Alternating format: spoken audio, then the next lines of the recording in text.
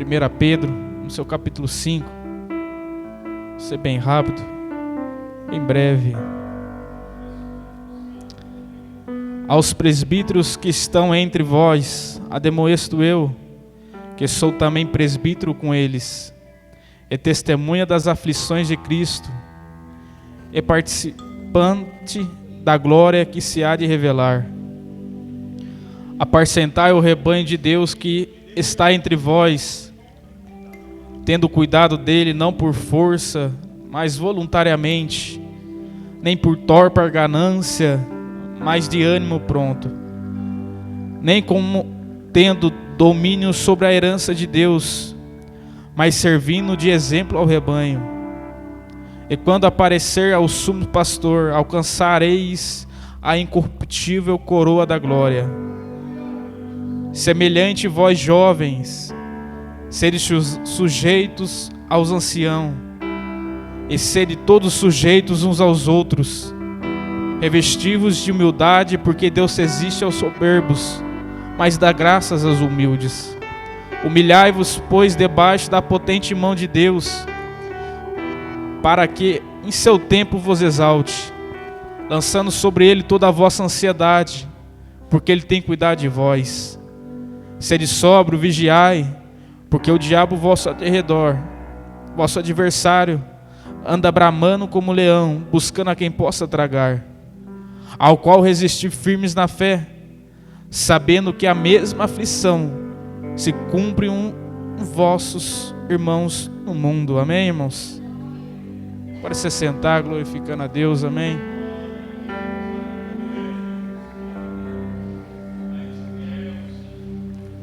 Graças a Deus. Deus é fiel. Amém, irmãos? A mensagem que eu quero deixar para os irmãos, para a igreja, falar um pouco sobre a igreja de Cristo. Desde antigamente até o dia de hoje, o que manteve a igreja de pé, irmãos, foi a palavra de Deus. O que manteve eu e você de pé até aqui hoje foi a palavra do Senhor Jesus. Nós vamos entender um pouco sobre a igreja de Cristo, irmãos. E para nós entendermos, eu quero falar sobre a igreja primitiva.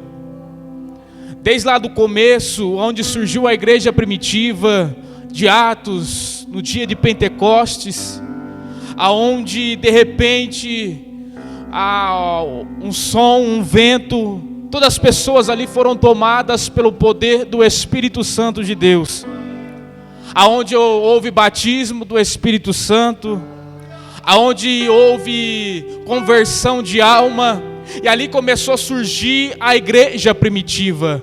A história os irmãos já conhecem, aonde pessoas começaram a falar em línguas, e houve uma pregação ali, de quem? De Pedro. Qual era a mensagem de Pedro? Olha, Jesus veio sobre a terra, mas os seus não o aceitaram. Claro que foi os romanos que levaram Jesus à cruz, mataram ele, mas também os judeus fazem parte disso, tem culpa nisso, porque não creram que era o próprio Cristo que estava andando sobre eles. A mensagem de Pedro era essa: olha, Jesus andou aqui, mas vocês não aceitaram. Aleluia. Pedro vai dizer, vai começar a pregar: olha, Jesus veio, curou, batizou, mas vocês não acreditaram que era o próprio Cristo que estava ali. Pedro vai dizer: se arrependa-se, creia em Jesus. E o povo vai ficar sem saber o que fazer e vai dizer para Pedro o que a gente tem que fazer. Pedro vai orientar eles, vai dizer para eles: se arrependa dos seus pecados, creia em Jesus e vós sereis batizados nas águas e sereis cheios do Espírito Santo de Deus. Pedro vai dizer: olha, isso daqui não é fruto de bebida não, isso daqui é poder do Espírito Santo de Deus. A igreja primitiva começa ali, a igreja cresce, o povo cresce, a igreja se expande. A igreja é tão grande, irmãos, que os líderes não têm como saber como administrar o povo, de tamanho que era aquela igreja crescendo, a igreja primitiva. Em Atos capítulo 6, a história vai nos dizer que o povo ficava, que os líderes ficavam assustados, não sabia como administrar aquela igreja.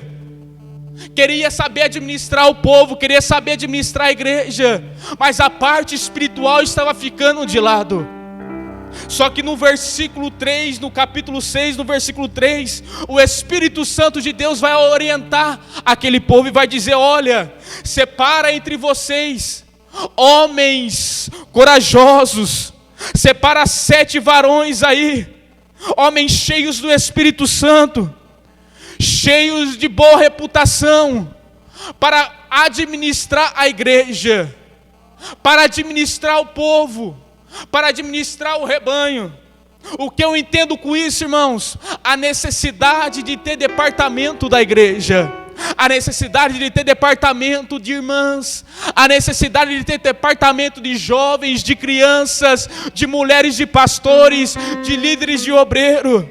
Porque a igreja ninguém forma sozinha, a igreja ninguém cresce sozinho, por isso há um conjunto. Eu preciso de você e você precisa de mim. Lucas vai escrever Atos e vai trazer esse direcionamento para a igreja. E no versículo 4, Lucas vai dizer: mas nós perseveremos na oração e no ministério da palavra. Quando Lucas fala mais nós, Lucas estava querendo dizer mais nós líderes, nós pastores, nós igrejas, vamos perseverar na oração e na palavra. Enquanto os demais cuidam, nós perseveremos na oração e na palavra. Essa perseveremos, irmãos, quer dizer dedicação. Nós nos dedicamos na oração, nós nos dedicamos na palavra. Os 2 ministérios mais importantes da igreja, irmãos, é o ministério da oração e o ministério da palavra. Quer ver uma igreja saudável? Oração e palavra. Quer ver uma igreja frutificar?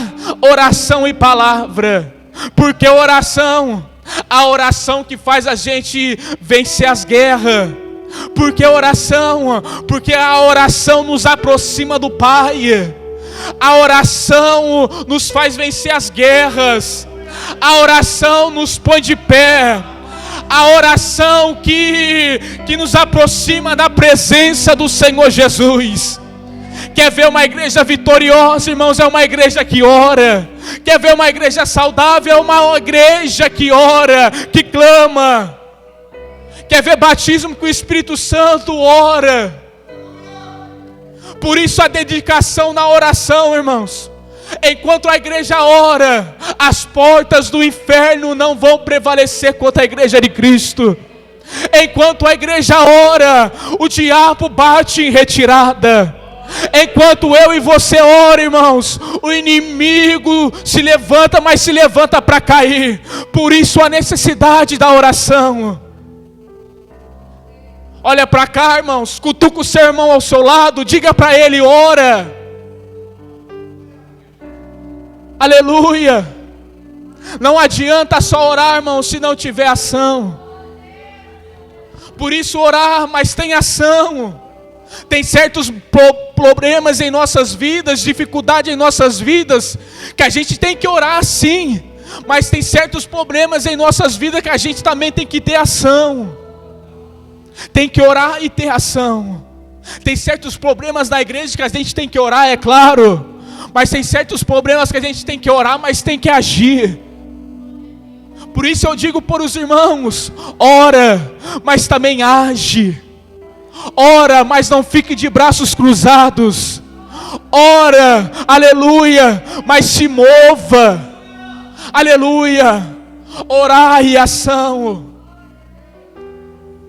Se meu povo orar, se humilhar, Deus ouvirá dos seus céus. Oração, mas também palavra. A palavra é que nos alimenta. A palavra é que nos fortalece. A palavra que nos dá esperança. Por isso a necessidade na igreja de oração e de palavra. A palavra nos dá alimento. A palavra nos motiva, irmãos. O que nos mantém de pé é a palavra. E a palavra de Deus não faz curva. O que falta hoje em dia, em pleno século 21, irmãos, é palavra muitas das vezes nas igrejas. O povo precisa ouvir palavra. O campo é alimentado da palavra. A ovelha precisa de palavra. Eu costumo dizer, se a ovelha vai em um campo onde não tem palavra, ela vai procurar onde tem. Por isso eu e você, irmãos, precisamos ter carência da palavra, nos alimentar da palavra, porque a palavra é que cura, a palavra é que liberta, a palavra é que transforma. É a palavra, irmãos. Aqui Lucas está nos orientando. Uma igreja sarada, uma igreja curada, é uma igreja que tem oração e palavra. Se trazer isso para a igreja cresce, a igreja flui. Esses são os dois focos da igreja, oração e palavra. A igreja vai crescer. A igreja primitiva cresce. O povo cresce. Mas vai vir alguém. E quem é esse? Saulo. Ou melhor, para os irmãos entender, Paulo. Paulo em sua conversão é maravilhoso, irmão. Saulo. A Bíblia, a história vai nos dizer que quando Saulo vai se converter, ele estava indo para Damasco. E quando ele estava caminhando, veio uma luz nos seus olhos. E ele caiu por terra. E uma voz no seu ouvido vai dizer: Saulo, Saulo, por que tu me persegues? E Saulo vai dizer: quem és tu, Senhor? Quando Saulo fala Senhor, naquela época só era um significado chamado Senhor quando era algo divino, quando era algo sobrenatural.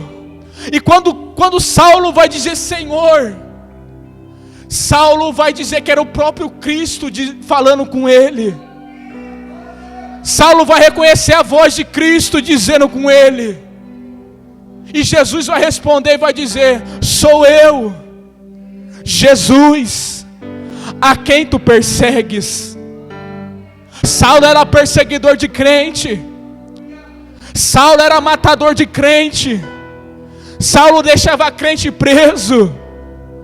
Mas quando ele conhece uma voz, irmão, ele vai olhar no seu coração, sentir no seu coração que era o próprio Cristo, chamando ele para viver o milagre com ele, viver o ministério. Por isso eu digo, irmãos, Deus usa quem Ele quer, da maneira que Ele quer. Deus escolhe quem Ele quer, irmãos. Quer tirar drogado no meio da rua e trazer para a igreja, Ele traz. Deus te escolheu a mim, irmãos, para que a gente que não valia nada, mas a graça de Deus nos alcançou.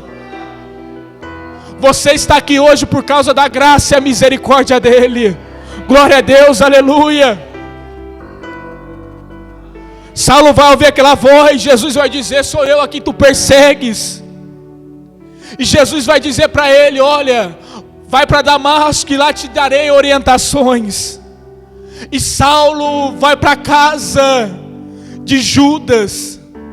E quando ele se levanta ali, quando Cristo fala com ele, Saulo vai ficar 3 dias cegos. Vai ficar 3 dias na casa de Judas. Mas lá havia um homem chamado Ananias, aonde Deus falou para Ananias: vai lá na casa de Judas. Lá tem Saulo e você vai orar por ele. Ananias vai ficar atemorizado pela fama de Paulo. Mas Cristo, Deus vai dizer para ele: olha, vai lá porque é vaso escolhido meu. Ananias vai para a casa de Judas, ora por Saulo. Saulo se levanta e já começa a enxergar. Ali começa o ministério de Paulo. Paulo começa a pregar. Paulo começa a dizer que se converteu, que Cristo visitou ele, que a graça de Deus alcançou Paulo. Mas muitos não vão acreditar. Paulo começa a pregar. E Paulo vai levar uma carta a Roma. Aí entra o livro de Romanos, aonde quem escreve Romanos não é Paulo.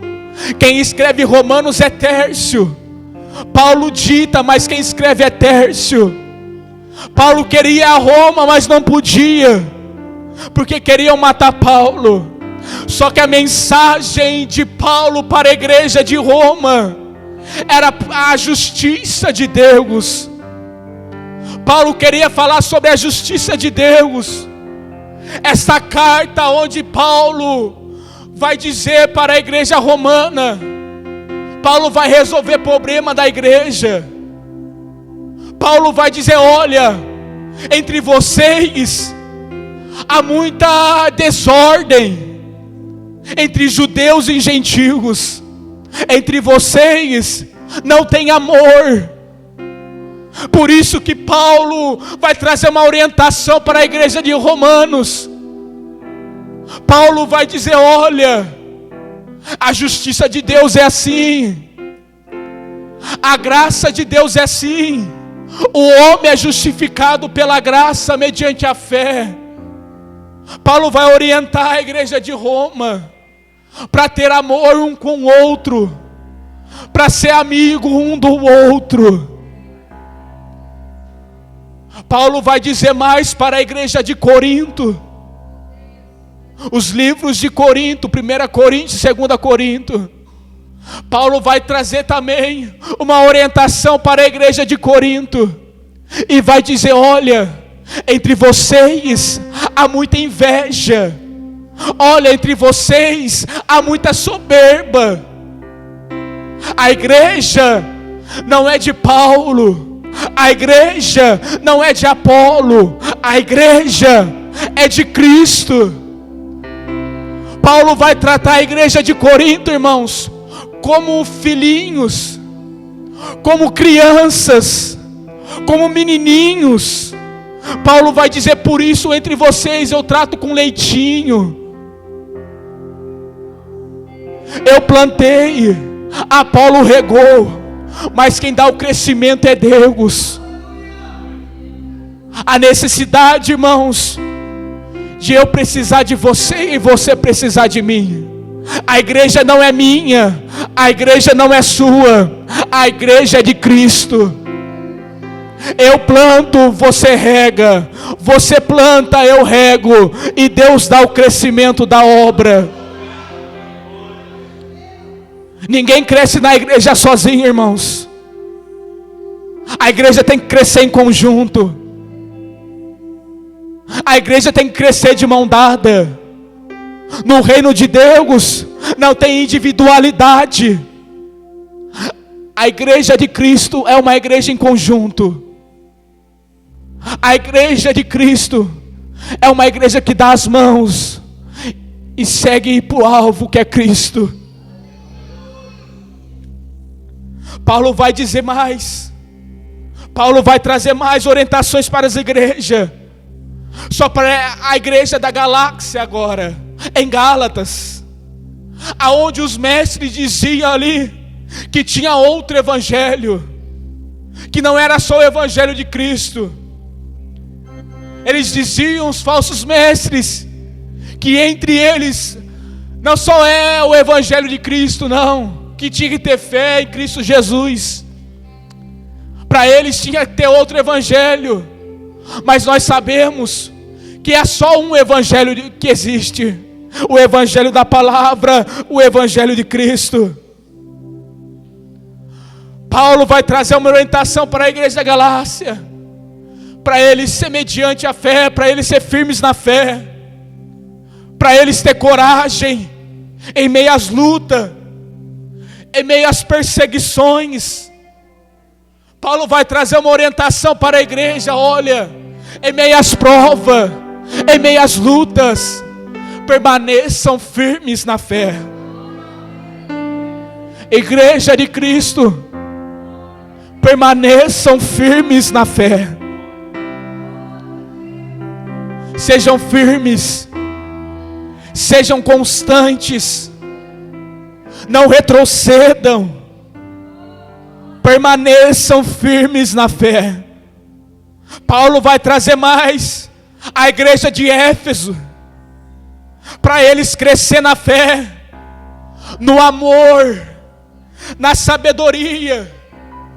Paulo vai dizer: olha, sejam misericordiosos uns com os outros. Aí que eu entendo, irmãos, a gente aprende aqui. A gente tem que entrar na igreja, irmãos, não com o nariz em pé. Eu cheguei, não. A gente tem que entrar na igreja com um olhar de misericórdia. A gente tem que entrar na igreja, olhar um para o outro com um olhar de misericórdia. Está triste? Eu te ajudo a te levantar. Isso é misericórdia, irmãos. Olhar um para o outro com um olhar de misericórdia, com um olhar de compaixão. Ver a necessidade do seu próximo. Deixa eu correr aqui porque as horas já se foram. Vai vir um livro de Hebreus, aonde a Bíblia, a história não aponta quem é o autor, mas que tudo indica que seja Paulo, mas não tem autor. Então vamos ficar assim. A carta de Hebreus é para os cristãos que viviam em Roma. O propósito da carta de Hebreus é trazer exortação para o povo, é animar o povo, trazer amadurecimento espiritual. Quando eu falo exortação, irmãos, não é cajadada. Não é cajadada exortação, não. Quando eu falo exortação, é você animar o povo, é você dar ânimo para o povo.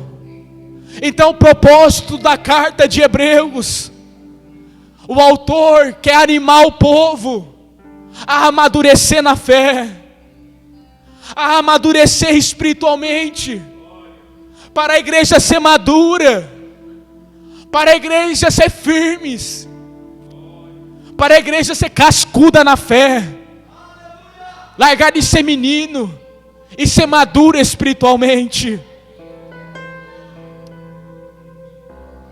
Vai vir Tiago. Tiago é pastor da igreja. Tiago era pastor dos judeus cristãos, aonde Tiago vai escrever em suas cartas que o homem é justificado pelas obras e não somente pela fé. Paulo vai dizer que o homem é justificado pela fé em Cristo Jesus, mas Tiago vai dizer que o homem é justificado pelas obras e não somente pela fé. O que Tiago quer dizer? Quer dizer que não adianta eu falar: olha, eu sou salvo, eu creio em Jesus, eu tenho fé, eu sou salvo, mas não adianta nada não ter amor. Por isso o Tiago vai dizer: o homem é justificado pelas obras e não somente pela fé.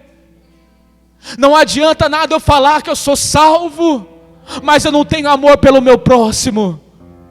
Não adianta nada eu falar que eu estou salvo em Cristo Jesus, se eu não pratico as boas obras. Por isso, o homem é justificado pelas obras e não somente pela fé, irmãos. Por isso a necessidade de a gente crer em Jesus, mas a necessidade da gente praticar boas obras.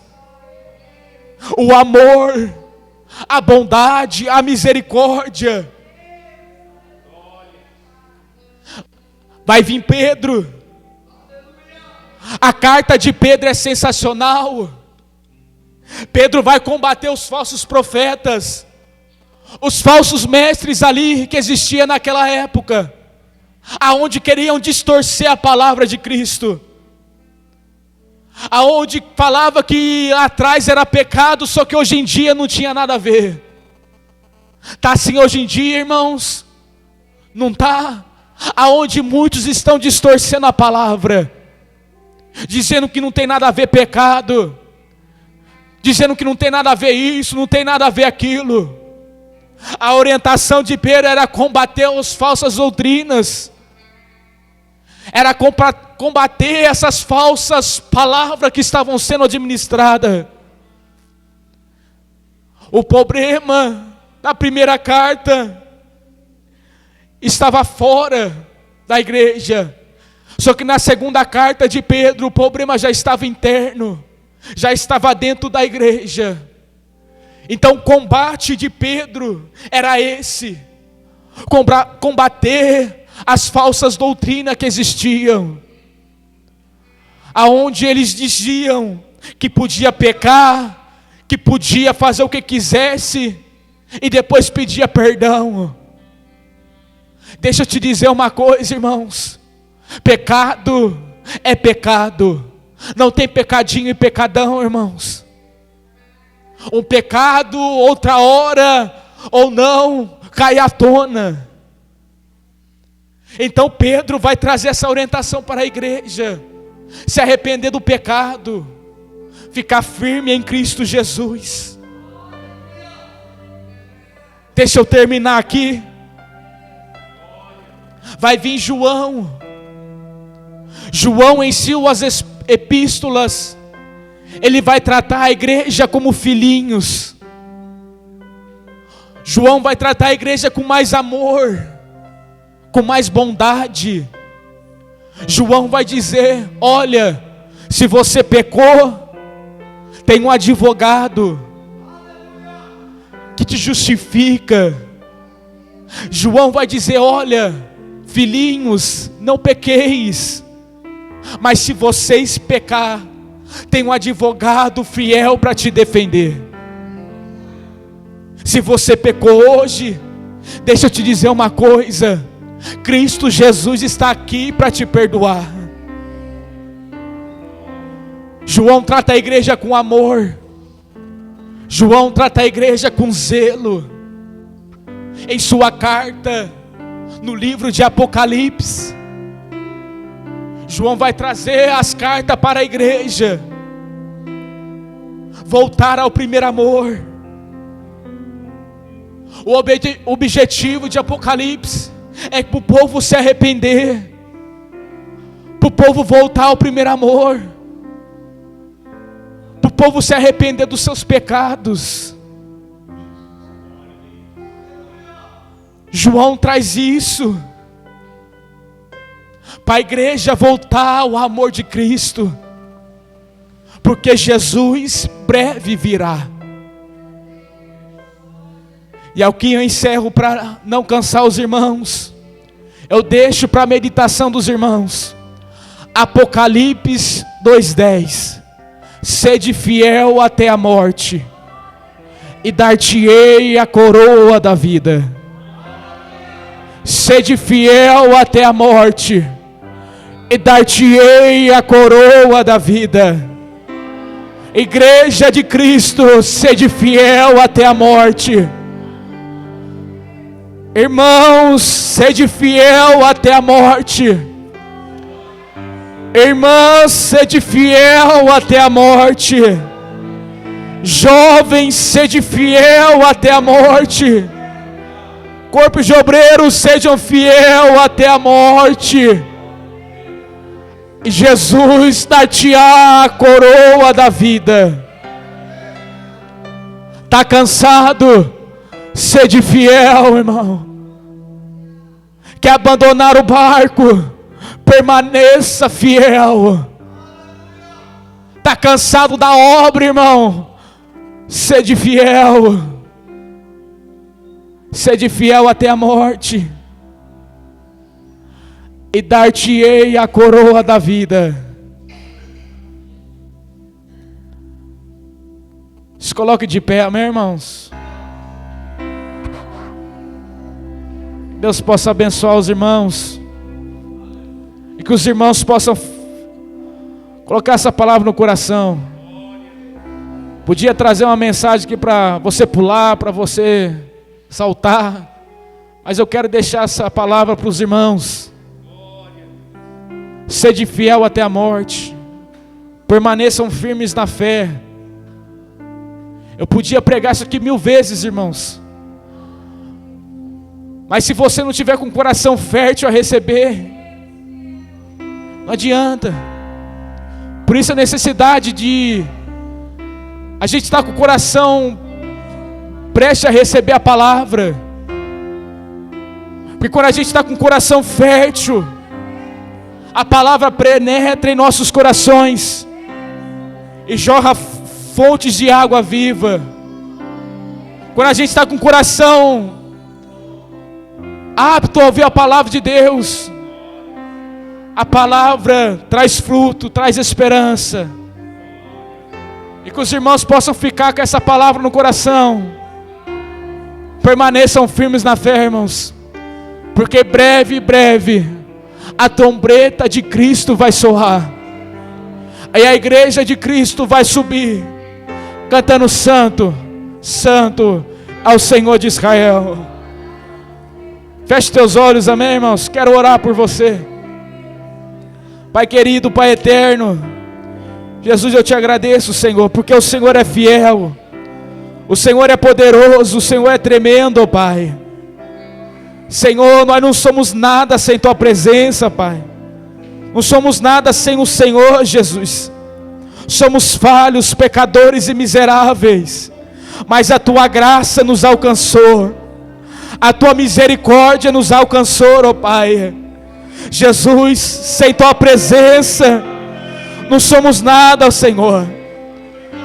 Pai, se alguém entrou aqui, Senhor, querendo desistir, querendo pular do barco, querendo abandonar o barco, Senhor, Pai, toca nesse coração, Senhor, e venha dar ânimo para essa alma, porque é uma alma cansada, é uma alma triste, é uma alma abatida, mas é o Senhor quem traz o consolo, é o Senhor quem traz o fortalecimento e a esperança. Pai querido, Pai eterno, se alguém em nosso meio, Pai, que não encontra mais saída, o Senhor é o Deus que abre porta onde não tem. O Senhor é o Deus que penetra no coração, na alma, e tira a ferida, tira a mágoa, e traz a alegria. Espírito Santo de Deus, o Senhor é consolador, o Senhor é quem consola a alma. Eu te peço nessa noite, ó Pai, cura essa alma, cura esse coração, ó Pai, e traz a esperança, Senhor, para essa vida. Pai, eu creio, Jesus, que este lugar será um lugar de paz, de alegria, aonde a Tua presença reinará neste lugar. Espírito Santo de Deus, ó Pai, perdoa nossos pecados, Senhor, porque somos pecadores, ó Pai, mas a Tua graça, Jesus, tem nos alcançado todos os dias. Pai, eu te louvo, eu te agradeço, porque o Senhor é fiel, o Senhor é poderoso. A Tua misericórdia, ó Pai, obrigado, Senhor Jesus Cristo de Nazaré. Assim nós te louvamos, te agradecemos em nome de Jesus, amém. Que os irmãos possam sair daqui, amém, irmãos, com a bondade e a misericórdia. Em outras traduções, irmãos, bondade e misericórdia é como se fosse dois anjos, 2 soldados de exército do seu lado. Bondade vai na frente, bondade abre as portas, e a misericórdia vai atrás, porque a misericórdia me sustenta. Talvez você entrou aqui sozinho, mas vai sair com a bondade e a misericórdia atrás de você. Bondade e misericórdia me escoltarão todos os dias da minha vida. Aleluia. Assim agradeço a oportunidade em nome de Jesus.